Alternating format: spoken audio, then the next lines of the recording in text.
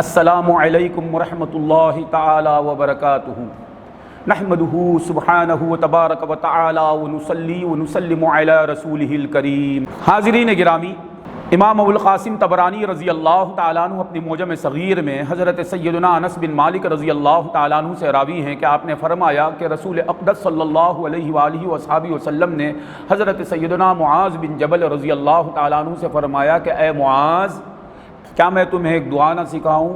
اس دعا کو اگر تم کرو گے، وہ دعا پڑھو گے، تو ہوگا کہ اگر تم پر پہاڑ کے برابر بھی قرض ہے تو اللہ تعالیٰ تمہارا قرض ادا کر دے گا۔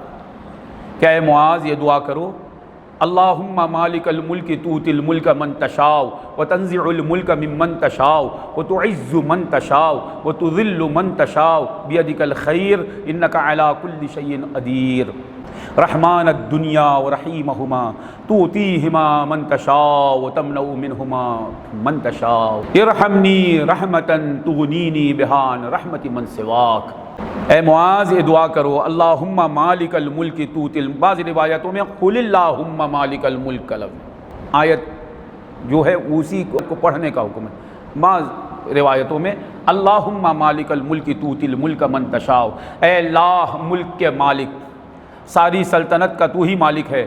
اللہم مالک الملک تؤتی الملک من تشاء، تو جسے چاہے سلطنت عطا فرماتا ہے، تؤتی الملک من تشاء تنزع الملک ممن تشاء، اور جس سے چاہے تو سلطنت چھین لیتا ہے، وتعز من تشاء، اور تو جسے چاہے عزت عطا فرماتا ہے، عزت بخشتا ہے، وتذل من تشاء، اور تو جسے چاہے ذلیل کر دیتا ہے، بیدک الخیر، ساری بھلائی تیرے ہاتھ میں ہے، انک علی کل شیء قدیر، تو ہر شے پر قدرت رکھتا ہے، رحمان الدنیا ورحیمہما، اے دنیا اور آخرت کے رحمان و رحیم، دنیا میں رحم کرنا بھی تیرا کام ہے، آخرت میں رحم فرمانا بھی تیرا کام ہے، رحمان الدنیا والآخرت ورحیمہما، دنیا اور آخرت کے رحمان و رحیم، رحمان الدنیا والآخرت، تؤتیہما من تشاء، تو دنیا اور آخرت جسے چاہے عطا کر دیتا ہے، وتمنع منہما من تشاء، اور جسے چاہے دنیا اور آخرت سے محروم کر دیتا ہے، ارحمنی رحمتا تغنینی بہا عن رحمت من سواک، تو مجھ پر وہ رحم فرما تیری رحمت کی وجہ سے میں تیرے غیر کی رحمت سے بے پرواہ ہو جاؤں، مجھے تیرے غیر کی رحمت کی ضرورت نہ رہے۔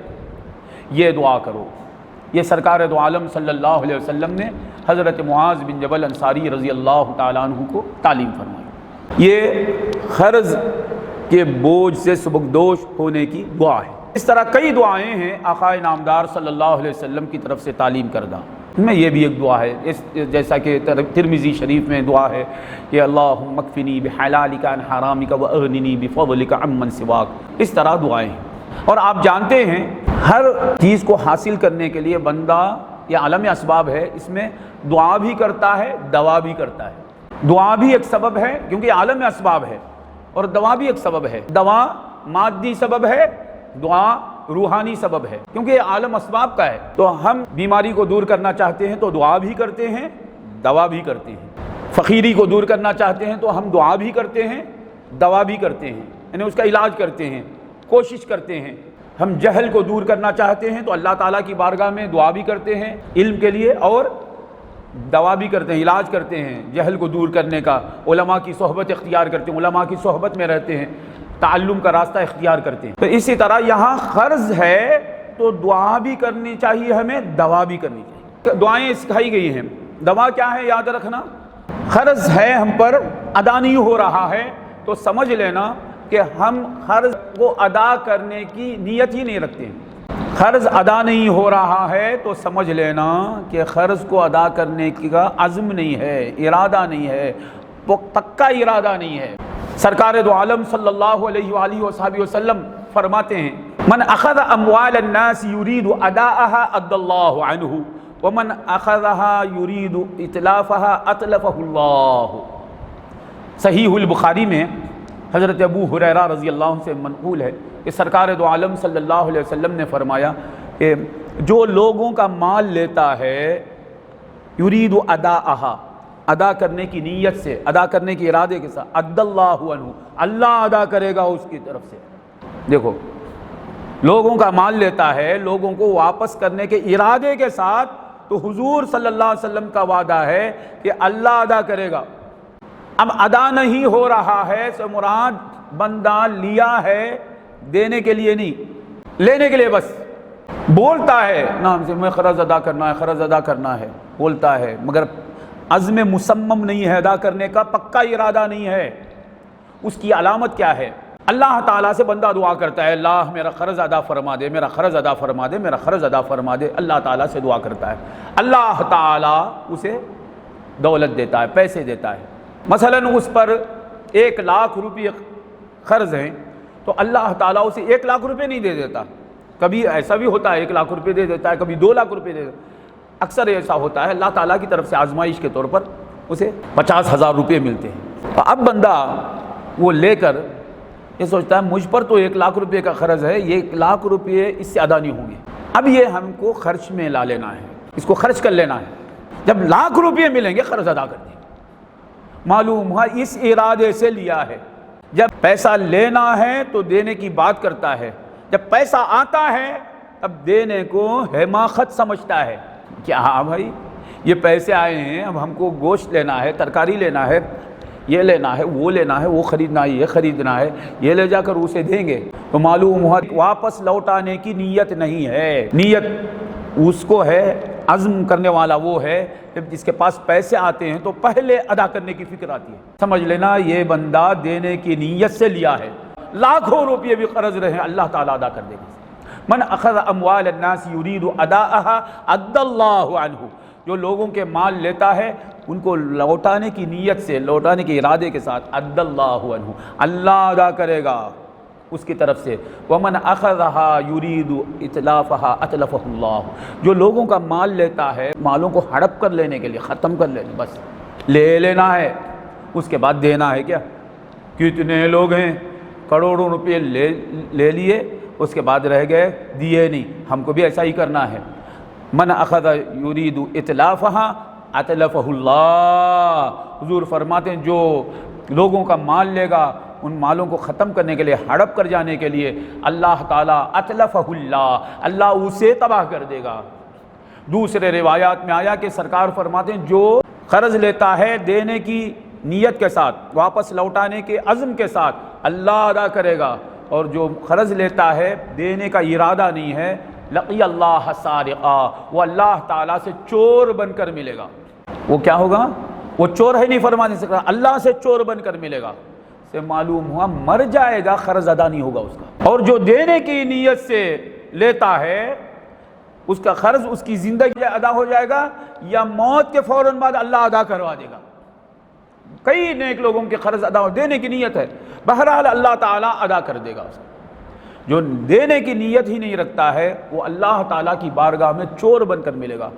تو یہاں چور کا لفظ آیا ہے، معلوم چور اپنی زندگی گزارتا ہے، کھاتا ہے، پیتا ہے، کپڑے پہنتا ہے، اپنے مال سے نہیں لوگوں کے مالوں سے۔ وہ کھاتا ہے لوگوں کا پیسہ، وہ پیتا ہے لوگوں کے پیسوں سے۔ قرض لے کر نہیں لوٹانے والا بھی گویا چور ہے، وہ بھی اپنی زندگی گزارتا ہے لوگوں کے پیسوں پر۔ قرض آپ نے لیا ہے، آج آپ قرض لیتے ہیں یہ 1 مہینے میں لوٹانے کی بات پر، یہ 1 مہینے میں لوٹا دیں گے، اور یہ 1 مہینہ ہونے تک وہ آپ کو حق ہے ان پیسوں میں تصرف کرنے کا۔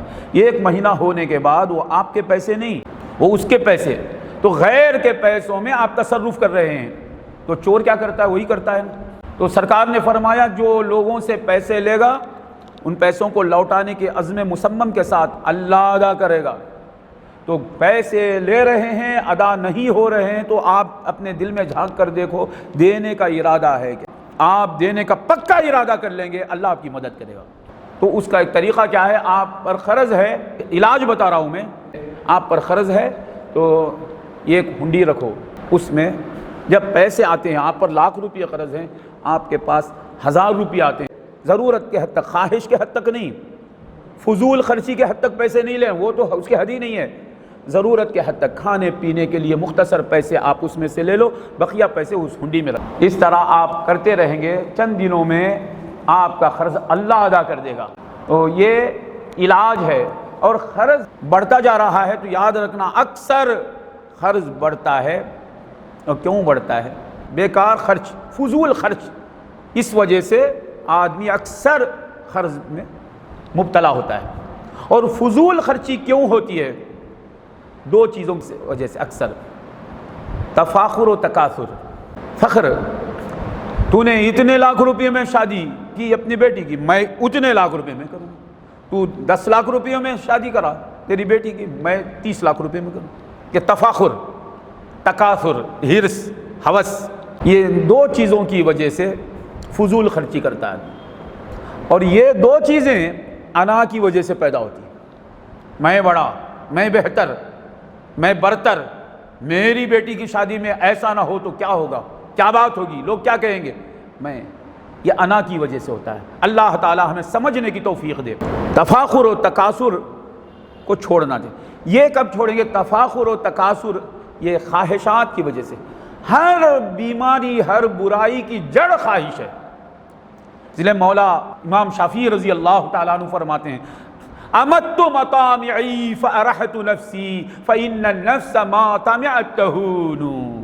میں نے اپنے خواہشات کو مار دیا، میں نے میرے نفس کو راحت دی۔ آپ کے نفس کو راحت پہنچانا چاہتے ہیں، سکون دینا چاہتے ہیں تو کچھ بھی نہیں، خواہشات کا جنازہ نکال دو، دبا دو خواہشات کو۔ سرکار شافعی رضی اللہ تعالیٰ عنہ فرماتے ہیں، امت مطامعی فارحت، آپ جتنا اپنے خواہش کے خلاف کریں گے آپ اپنے مقام پر راجہ مہاراجہ بن جائیں گے۔ آپ کو کسی کی ضرورت نہیں رہے گی، بس آپ اللہ کے محتاج رہیں گے، رسول اللہ کے محتاج رہیں گے، اہل دنیا کی پرواہ نہیں کریں گے۔ ضرورت اس بات کی ہے، شرط یہ ہے کہ خواہش کے خلاف کرو۔ خواہش آپ کو ذلیل کرتی ہے، خواہش آپ کو لوگوں کا محتاج بناتی ہے، خواہش آپ کو جھوٹا بناتی ہے، خواہش آپ کو سود خور بناتی ہے، خواہش آپ کو زانی بناتی ہے، خواہش آپ کو منافق بناتی ہے، خواہش آپ کو بے ایمان تک کر دیتی ہے۔ امت مطامعی فارحت نفسی، خواہش کو دیکھو کچل دو، خواہش کے خلاف کرو۔ امت مطامعی فارحت نفسی، میں نے میرے نفس کو راحت پہنچایا۔ فإن النفس ما طمعت تہون، نفس کا معاملہ یہ ہے جب تک اسے آس رہتی ہے نفس میں وہ ذلیل رہتا ہے۔ کیا بات ہے میرے سرکار کی، جب تک نفس میں طمع ہے وہ ذلیل رہتا ہے۔ اور یاد رکھنا نفس میں طمع ہمیشہ رہے گی، نفس کی فطرت میں طمع ہے، پھر کیسا کریں گے، اس کی فطرت سے آپ اسے یہ نہیں کر سکتے۔ طمع کا ڈائریکشن بدل دو۔ آپ خلق سے طمع کرتے رہیں گے، نفس خلق کی طرف ذلیل ہو کر رہے گا، خلق کے خدموں میں رہے گا۔ خالق کی طرف طمع کا ڈائریکشن پھیر دیں گے، خالق سے آس رکھیں گے، خالق سے امید رکھیں گے، خالق کے بھکاری بن جائیں گے، تو نفس آپ کا خالق کی بارگاہ میں جھکا ہوا رہے گا۔ اور خالق کی بارگاہ میں جھکنا ہی ہماری عزت ہے، ہماری شاہی ہے۔ فإن النفس ما طمعت تہون، نفس جب تک طمع کرتا ہے وہ ذلیل رہتا ہے۔ طمع، لالچ، ہرس، ہوس بادشاہ کو فقیر بنا دیتی ہے، اور بے نیازی، قناعت، کفایت شعاری فقیر کو بادشاہ بنا دیتی ہے۔ خدا کی عزت و جلال کی قسم، حضرت محمد بن واسع رضی اللہ تعالیٰ عنہ کے بارے میں منقول ہے کہ آپ رضی اللہ تعالیٰ عنہ، احیاء علوم الدین میں امام غزالی لکھتے ہیں کہ بزرگ اپنے پاس تھیلی میں روٹی رکھتے تھے اور سفر کرتے رہتے تھے تعلیم و تعلم کے لیے۔ روٹی کئی دنوں کی تھیلی میں رہتی، جب بھوک کی شدت ہوتی تو آپ کسی ندی کے کنارے بیٹھ جاتے اور تھیلی سے روٹی نکالتے اور اس کے غبار کو اڑاتے جھٹک کر۔ کئی دنوں کی روٹی ہے اور اسے پانی میں ندی کے ڈبوتے، اور کچھ دیر کے بعد جب وہ نرم ہو جاتی اسے لے کر کھاتے، اور فرماتے جو کوئی بندہ اس کھانے سے اور اس سالن سے راضی ہو گیا اسے کسی کے سامنے ہاتھ پھیلانے کی ضرورت نہیں، کسی بندے کے سامنے وہ ہاتھ پھیلائے گا نہیں۔ اللہ اکبر، اللہ اکبر، یہ تو بڑی بات ہے، ان کے مجاہدے کی بات ہے، ان کی ریاضت کی بات ہے۔ خدا تعالیٰ کا کرم تو ایسا ہے کہ ہم جیسے گناہ گاروں کو بھی اللہ تعالیٰ نے ایسا نہیں رکھا کہ سوکھی روٹی کھانے کو۔ آپ اگر طمع کو دور کر دیں گے، حرص کو دور کر دیں گے، ہوس کو دور کر دیں گے، دنیا داروں کی صحبت سے دور رہیں گے، دنیا داروں کی سے صرف نگاہ کر لیں گے، یاد رکھو آپ اپنے بوریے پر آپ بادشاہ ہیں، آپ اپنی فقیری میں امیری محسوس کریں گے۔ سمجھے مولا، ورنہ یاد رکھنا یہ طمع بادشاہوں کو فقیر بنا دیتی ہے، بادشاہوں کو بھکاری بنا دیتی ہے، بادشاہوں کو تباہ کر دیتی ہے، اور بے نیازی، بے پرواہی، قناعت شعاری، کفایت شعاری فقیروں کو بادشاہوں سے افضل بنا دیتی ہے۔ اللہ تبارک و تعالیٰ سمجھنے کی توفیق دے۔ تو ہمیں خرچ سے بچنا ہے تو فضول خرچی سے بچنا ہے، فضول خرچی سے بچنا ہے تو تفاخر و تکاثر سے بچنا ہے، اور ان سب سے بچنا ہے تو خواہشات کی پیروی سے بچنا ہے، خواہشات کی پیروی سے بچنا ہے۔ تو یاد رکھنا مصطفیٰ صلی اللہ علیہ وسلم کی سنتوں کو دیکھنا ہے، سرکار دو عالم صلی اللہ علیہ وسلم کے بتائے ہوئے طریقے کو اپنانا ہے۔ تو حضور صلی اللہ علیہ وسلم کی سنتوں پر عمل کریں گے تو خواہشات کی مخالفت کرنے لگیں گے۔ جب آپ خواہشات کی مخالفت کریں گے، فضول خرچی سے بچ جائیں گے، تو آپ پر قرض ہی نہیں رہے گا، اگر قرض رہے گا بھی تو وہ اس کو خدا ادا کر دے گا۔ اللہ تبارک و تعالی ہمیں قرض کو دور کرنے کی دعا کرنے کی بھی توفیق دے، اور قرض کو دور کرنے کا علاج جو ہے اس پر بھی عمل کرنے کی توفیق دے۔ وآخر دعوانا ان الحمد للہ رب العالمین۔